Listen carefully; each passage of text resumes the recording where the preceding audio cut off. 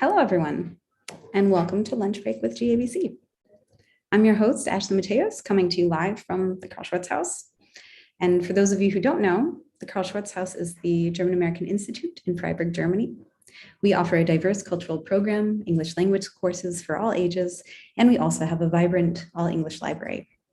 We are a nonprofit institute supported in part by our members. And the main goal of the Carl-Schurz-Haus is to facilitate a transatlantic discourse across all areas, ranging from literature to politics to business. In addition to coordinating the English language courses for adults at the Carl-Schurz-Haus and in companies, I'm also head of our German-American business community, or the GABC. And we provide events centered around transatlantic business relations, professional development, and networking. I would like to take this time to thank you for choosing to spend your lunch break with us. Here with me today is Shannon Janke from Wasserschweine am Rhein and Dr. Marcus Neumann of Avant-garde Material Simulation, one of our GABC company members. Also with us is my assistant Pernilla, who will be dropping some useful links into the chat for those of you viewing via Zoom. We will upload these links to the YouTube recording later for anyone tuning in via YouTube. We're going to first hear from Shannon, who's going to talk about how to balance your 9-to-5 while growing a side business. Then we're going to chat with Marcus about the growth of AMS and putting research first. So please feel free to post any questions in the Zoom chat for Shannon, Marcus, or myself, and we'll do our best to answer them. We have 30 minutes to go today, so we're just going to jump right in. We'll start with Shannon. Shannon is a good friend of mine and also a woman I greatly admire. She embodies the spirit of entrepreneurship, and for as long as I have known her, she's always been able to accomplish any goal she has set for herself, be it in her career or her personal life. And most recently, this includes starting her own vegan handmade soap business. So she's here today to talk about how to find a balance in such pursuits. So with that, I will say, take it away, Shannon. Thank you so much, Ashley, for that wonderful introduction. I'm just going to go ahead and share my screen. So like Ashley already kindly introduced, today I'm looking forward to telling you a little bit about work, life, and Wasserschweine. To start off, though, a little bit about myself. So my name is Shannon. My pronouns are she, her. I'm actually Canadian, but have lived in Germany for about 15 years now, I think. My 9-to-5, my day life is as a learning and development specialist for the software company named HubSpot. I work fully remote. And I'm also a passionate roller derby athlete. I coach 3 leagues and I play competitively myself in Cologne as well. I have a lot of other hobbies. I'm a cat lover, I'm a musician, I'm addicted to Netflix, I love traveling, and I also make my own soap and other natural vegan bath products. So what I'm here to talk to you today about is Wasserschweine. Directly translated into English, that would translate as water pigs. We don't call them water pigs in English, we call them capybaras. But actually, no, that's a bit of a lie. I'm not going to talk about the animals today. I'm going to talk about my side business. It's called Wasserschwein am Rhein. That's the name of my soap business.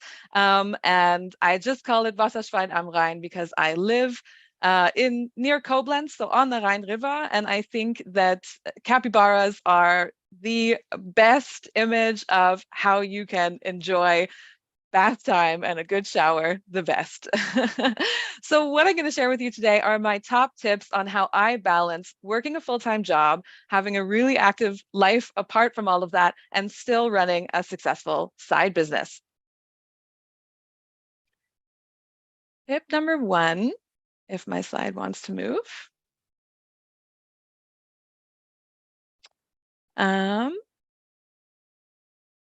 Just a moment. We're seeing run it like a business. Yeah. So tip number 1 is run it like a business. If you've made this decision to make this your side business, it's not a hobby anymore. So don't treat it like a hobby. There's a lot that goes into making sure that you're able to actually make profit out of this and that you're able to run it sustainably. So take the time and make sure that you actually calculate your bottom line. Don't estimate these numbers. and make sure that it's going to be with a profit margin. So for me, for example, in my soaps, I need to have a really good overview of how much money goes into the production of each and every soap bar and how I can make that into a profit. It's no longer making my dream soap bar. It's making a soap bar that has a value to the customer and will still bring me a profit. That's why I made this a business. So think about it that way. It also means set yourself up for success from the start. You have to be able to track everything. You have to be able to track your inventory, every raw material that's coming in that's going to go into your product. If you're selling a service, you have to keep track of all of your customers and how you're making your sales. So make sure that you are using the right tools and setting up methods that are going to be sustainable in the long term to make sure that you have a great overview of your business in every aspect.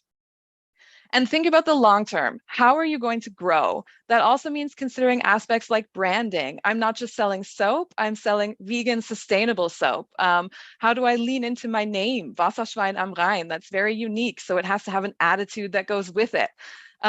Think about how this is going to be scalable in the long term. If it takes you too long to create each piece you're going to sell, that's not going to be scalable if your business does grow. So these are considerations that you have to take into account from the very beginning if it's going to be worth your time and money to get this off the ground. Tip number 2 is work smarter, not harder. I'm sure you've heard that before. It's an old saying, but it still rings true. The question is, how do you work smarter? I already have a full-time job. Well, you can use things like automation. There's lots of tools out there that can make your everyday tasks work a lot more efficiently. And trust me, they're worth your time. For me, I'm lucky that I work for HubSpot. This is a company that offers an automation tool, so I get to use that. But there's lots of other ones on the market. So whether it's a CRM like HubSpot that'll help you keep track of your customer database, or something like Shopify that'll help you build your website and then have automated marketing tools that will help you plan your social media. Learn how to use Meta from Facebook to manage your Instagram, your Facebook, and all your platforms in one place so that you can pre-schedule all of your posts. And then you only have to do it once a month, for example, and it's all set up. Same with bookkeeping. There's lots of tools out there to help you keep track of all of your invoicing. If you're handwriting invoices and if you're tracking everything in an Excel table, you're doing too much manual work. So take that out of the equation by using automation tools wherever possible. Also, make sure to delegate your work, whatever is outside of your expertise. You don't have enough hours in the day. Trust me, you won't, especially if you're working full time. So be realistic about what you can and can't handle. You might need to hire someone if your skill is not designed to help you with your website or help you with SEO and designing Google ads. It's okay to do that. It's going to, even though it might be an upfront cost, it's going to be worth it in the long run. Because it's going to be too much of your time that could otherwise go to developing your product and growing your business and learning all of these new skills. So whether you trust yourself with accounting or not, or trust yourself with marketing or not, look at what you can do and where you might need help. That being said, it doesn't have to cost money. Use resources that are available to you. There are lots of professional associations. Maybe it's this one that we're all part of right now. Maybe it's the IHK. Once you launch a business, you're going to have access to these types of platforms. For example, the IHK, once you're a member, provides you with free consultations with a tax consultant. Use those and learn from others around you. Tip number 3 is manage your energy. And I say manage your energy, not manage your time, because it really is about managing your energy. If you build a schedule, but it's in time slots of the day that you can't be productive, then that's still not going to help you. So think about what times of day you can be most productive and plan around that.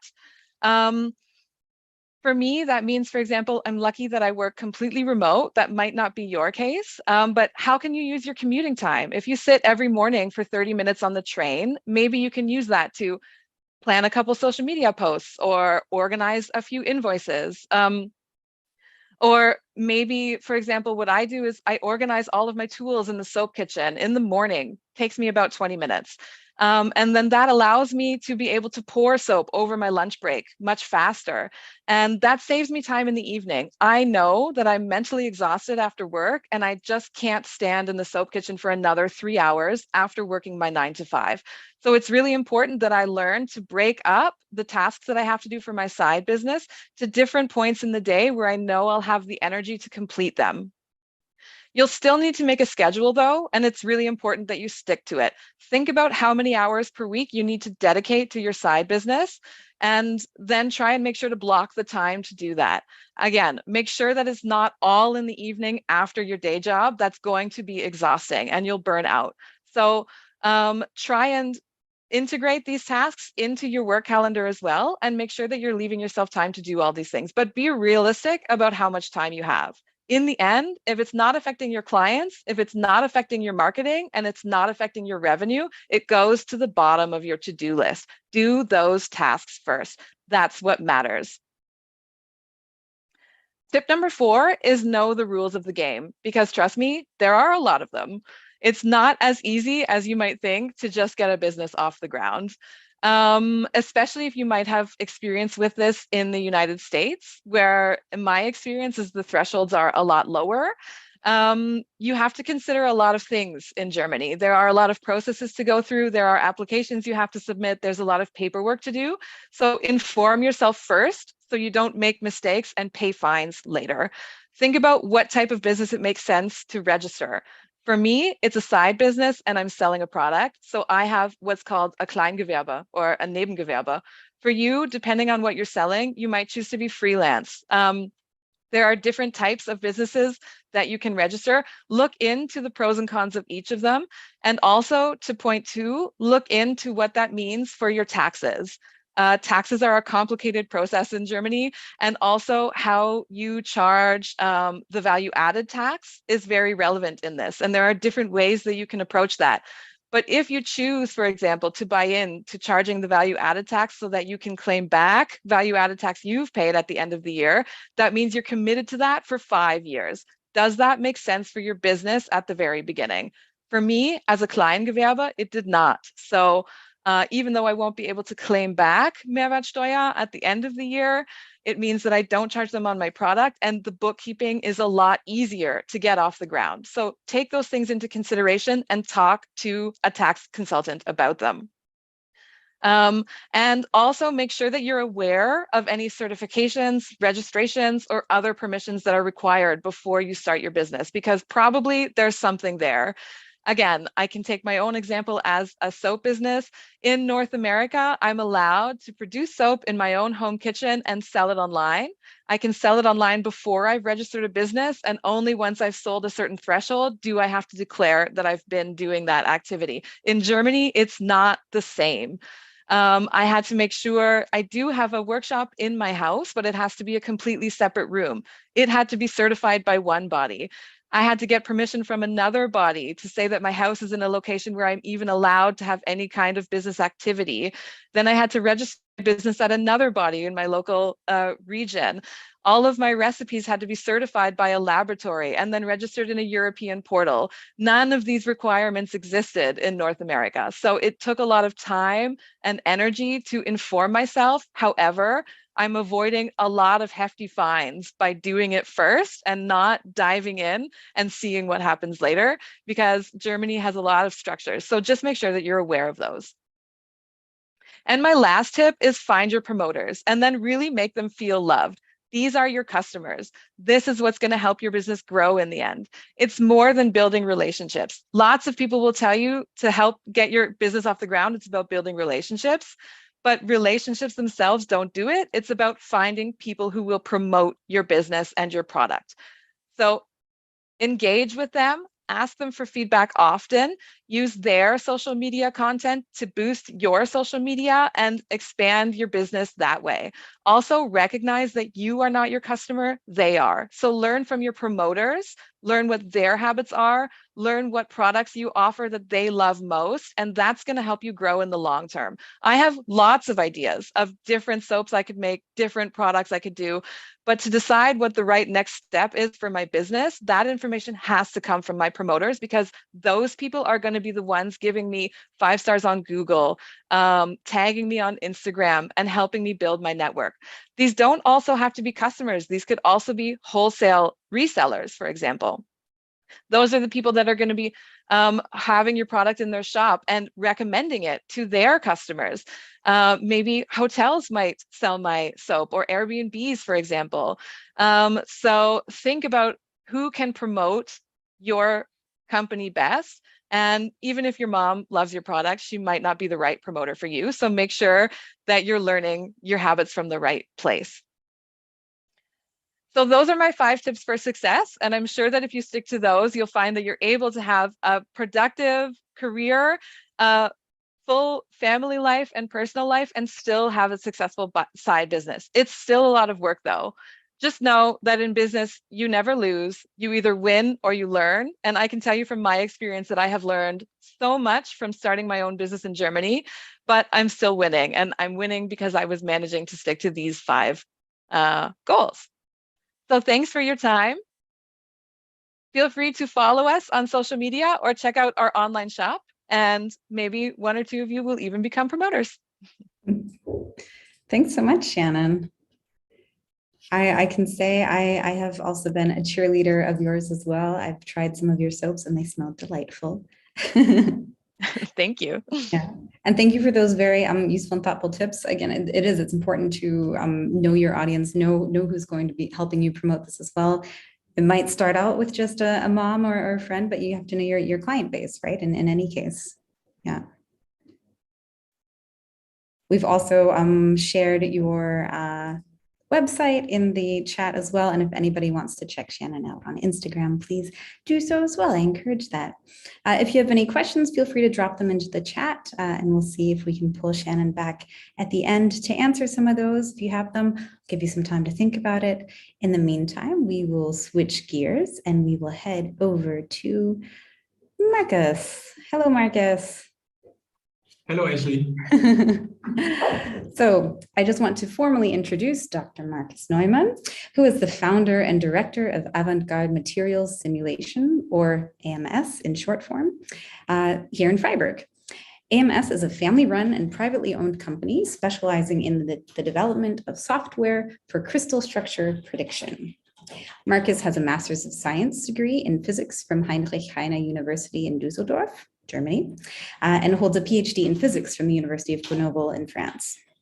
Recently, I had the pleasure of speaking with Marcus at one of our networking events about how AMS is expanding right now, and I thought it would be advantageous to have him on here for a short interview. So now, Marcus, for our viewers who are unfamiliar, can you describe what AMS does in a little more detail? Yes, of course. So we are running calculations for the pharmaceuticals industry worldwide. And I think to explain what we are doing, I have to explain 3 concepts. What are crystals, what is crystal polymorphism, and what is a stunning phenomenon of disappearing polymorphs. So most of you know crystals as sugar or table salt, and so these tiny little crystals that you use for your breakfast. And in those crystals, the ions, in the case of table salt, or the sugar molecules in the case of sugar, they form a very regular 3-dimensional network that extends over long distances. And that is called a crystal. And now it can happen that one molecule, a given molecule, for instance, the sugar molecule, will not only form one type of crystal, but very different types of crystals. They are known as crystal forms or crystal polymorphs. And they can have very different properties. They can have very different solubility, dissolution rate, external crystal shape, called morphology. And so that makes a lot of a difference in terms of bioavailability. And so the crystal form can make the difference between a lethal dose, an operating dose, or an inefficient dose. And so the pharma companies, they only need to have the same crystal forms in their drug products. So if you swallow a pill, most of the time the drug product is in the pill in form of small crystals, and it always has to be the same crystals. Now, it happens that an important crystal form, the most stable crystal form, the most stable polymorph, only appears after many years in production. because they have changed some equipment, because there's a new solvent, because they're producing in another part of the world. And suddenly they discover a new crystal form, which maybe is thermodynamically more stable. So it's a form that really wants to exist. And as soon as they have polluted the entire production site with dust of the new form, they can't make the old form anymore. So they can't produce the drugs. The patients will not get their drugs. The pharma companies lose a lot of money, and that is called the phenomenon of disappearing polymorphs. It has really happened, and it has really almost brought a couple of companies out of business. And that's where we come in. We run computer calculations for a given molecule to predict what the most stable crystal form is going to be. And if that is not a form they have already observed in the lab, then using our theoretical knowledge about that form, we help them to make that new crystal form in the real world. Okay. Great. Thank you for clarifying that. I think so you're bridging this gap, then you're helping translate one to the other then in a sense. Yes. And so on your website, you mentioned that AMS spends more than 75% of its revenue on research and development, which I think is quite a feat. And so you say that you put science first. So how has this worked to your advantage, and have you encountered any obstacles with this approach? Very good question. So there are historical reasons and there are practical present reasons. So the historical reason is that 20 years back in the past, I was working for a company who had claimed to have a product to predict crystal structures, but that was an outright lie. And a lot of marketing was done around that product. And so in the pharma companies, crystal structure prediction started to be regarded as something like voodoo science or Scientology. And so it really had bad press. So for many years, marketing was actually not possible because the best marketing was no marketing. Any form of marketing would have been overselling.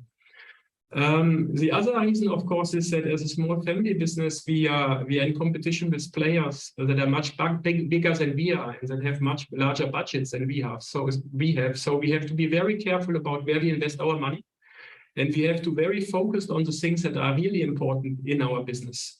And since we are selling into an expert market where basically our software or our services are used by 100 people worldwide, it really doesn't make sense to run large marketing campaigns. Other people do, but for us, it's rather high quality software and high quality services, and that the news spread automatically. So we also do not, all those modern tools like Instagram or Facebook or whatever. So we are not promoting that because it wouldn't make sense in our case. I see. Okay. Well, AMS is expanding pretty quickly, it seems. Is there anything in particular you would attribute your expansion to? Yes, of course. Well, before we say that we're expanding, we have to say that we had an incubation period about 15 years where we are actually not expanding at all. There were ups and downs. There was 2008, which was a horrible year. So the subprime crisis in the States for us, it was a year without revenue where all the cash was lost. And so therefore, for 15 years, we have been selling a promise of something that may work one day. And then about 5 years ago, so let's nail this down at 2017, we started to have a product that was really doing the job. And so we are not selling a promise anymore, we were selling a real product. And as the product continues to mature, it attracts more and more business. So that's our current growth. Also, so crystal structure prediction is a hell of a problem. It's related to better known and very prestigious problems like protein ligand docking or protein folding. And so while we were working on our problem, we have solved a lot of problems that are also interesting elsewhere. So we are working our way into side markets now, which may be actually bigger than our traditional markets, but are also much more general. Okay. And do you have any current developments right now that you would like to share, or maybe any upcoming events or publications? Yes, indeed. So first of all, it's interesting to say how the crystal structure prediction community works, because in the past, there have been a lot of people who claimed that they would be able to do it, but those were always overclaims. And so something like 30 years ago, people started to organize blind tests. And the institute who organizes all those blind tests, that's a Cambridge Crystallographic Data Center. And so there have been 6 blind tests in the past. We participate in the last 3 very successfully. And at the moment, there's a new blind test running again. So the 7th blind test, we have handed in our results. We know our results. I'm not allowed to talk about it. That's the blind test rules.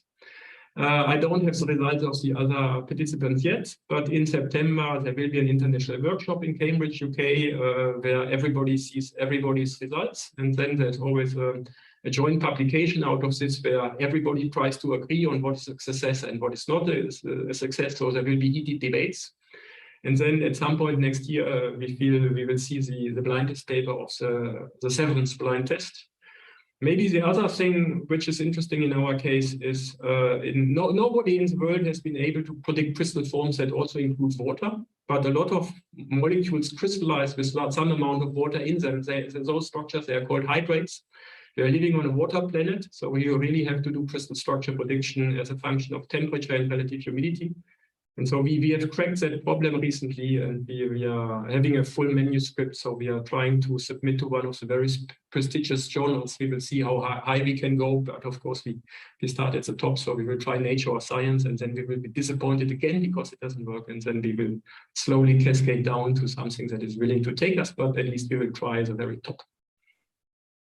Okay. Well, it sounds exciting. And I hopefully something is able to come out of this also from the blind tests. And I find that also in this area, it's a matter of you're doing the research, you're working towards something, you see what works, what doesn't work, and then you reevaluate and you start again, right? Absolutely. Yeah. And I'm very happy that I don't have a side job. Yeah, I think the side job would kill me. Well, good. Well, thank you, Marcus, for sharing. If anybody would like to learn more about AMS or speak with Marcus, I encourage you to visit their website. You can also see and hear about other GABC members via our GABC LinkedIn showcase page. And on that note, I would also like to bring up the subject of membership. If you like what we do and would like to broaden your network while supporting your local German-American Institute, I encourage you to like, share, donate, and/or become a member with us. As a nonprofit organization, the Carl-Schurz-Haus relies on the support of our local and virtual community members. So if you aren't a member yet and are interested in becoming one, please visit our website, or you're welcome to send me an email. And I think my colleague Pernilla is dropping some info in the chat for you as well. Our next GABC event is going to be Wednesday, September 28th, and that's at 3 o'clock. It'll be our English-speaking entrepreneurs meeting. So if anybody would like to come and also talk about maybe Shannon's tips that she's given about their side hustles, what you're doing, if you have something that you want to brainstorm, feel free to join our meeting. I'd also like to invite you all to save the date because the Carl-Schurz-Haus is turning 70 on October 13th. We have a long weekend of events and talks in store, so definitely stay tuned for that. For anyone looking to improve their English skills, we also offer business, general, and cultural English courses, both online and in person. If you miss an event, be sure to check out our YouTube page for recordings. And to stay informed, you can follow us on LinkedIn or sign up for our newsletter. We're also currently collecting feedback from all of our events. So if you have 3 minutes to spare, please fill out a survey so we know what we should keep doing, if we need to change something, and where we should improve if necessary. I would like to once again thank my guest here. I feel like I'm the spotlighted one right now, but we should see everyone here. Thank you very much to Marcus for the interview. Thank you very much to Shannon for your presentation. And thank you to all of our viewers and listeners for learning while you lunch. Our next lunch break will be November 9th, so save the date for that. And I hope to see you again, either online or in person. And have a nice rest of your lunch break, everyone. Bye-bye. Thank you. Bye.